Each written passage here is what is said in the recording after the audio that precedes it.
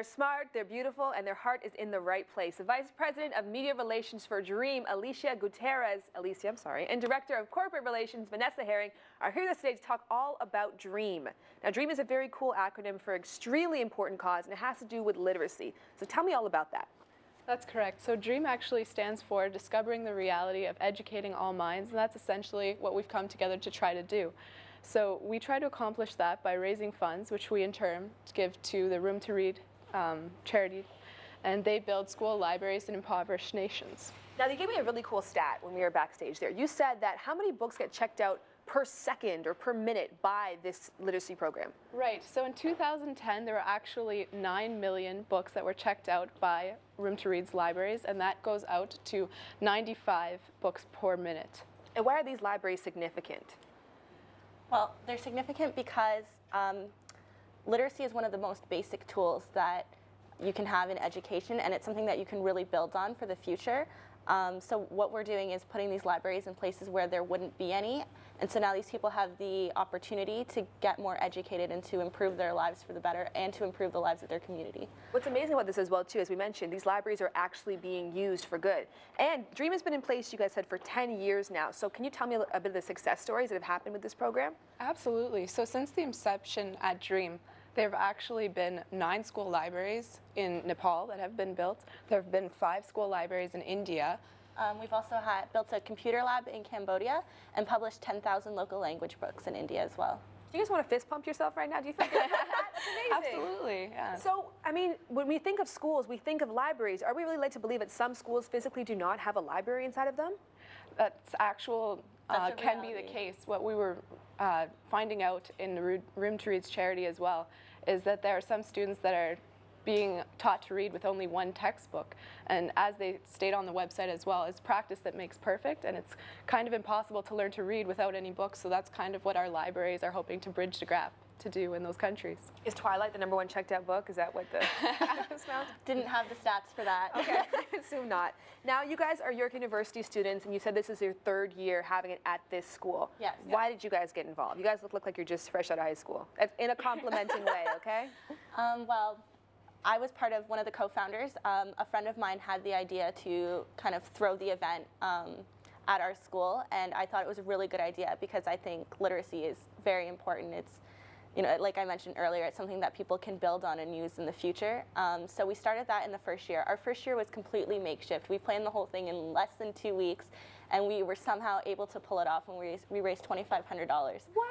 And then in our second year, we decided, okay, let's do this for real. Let's form an organization. Let's plan it more than 2 weeks ahead of time. And that's when Vanessa got involved. And we raised $3,500 last year, and our goal is $5,000 this year. Good job, Vanessa. She's an important asset to the team. I can't take credit for all of that.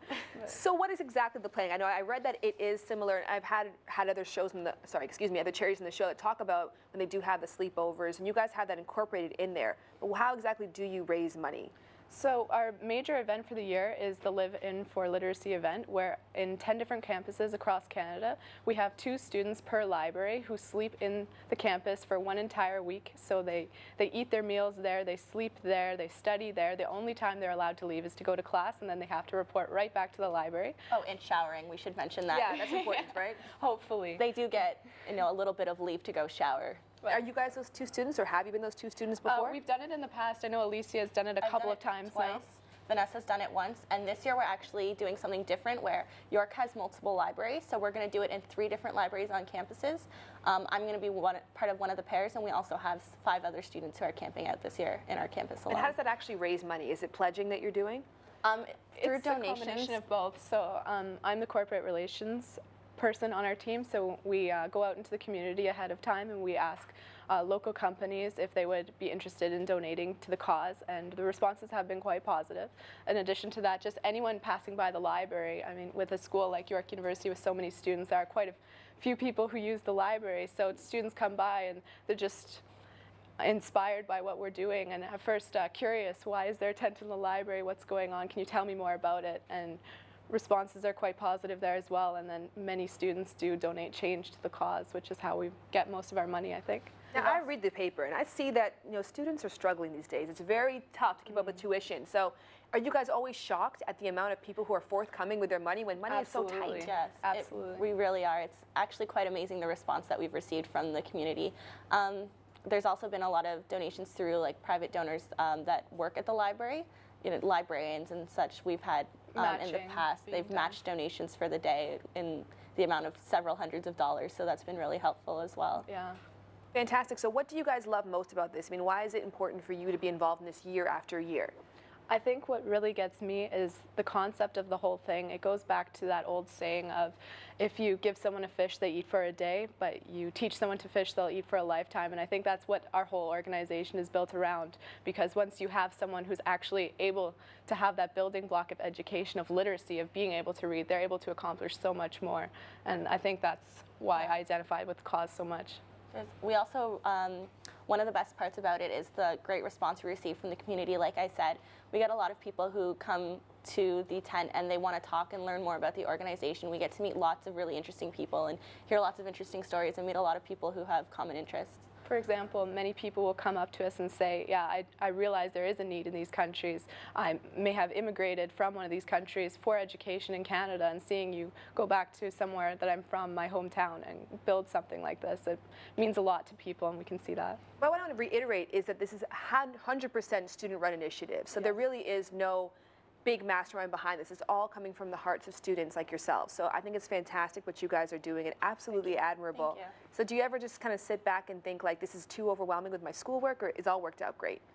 To be honest, it does get kind of hectic, especially during the week of the live-in, because we're still full-time in classes and you have to be on 12 hours a day, right? Or plus, the library opens at 8, it closes at 10.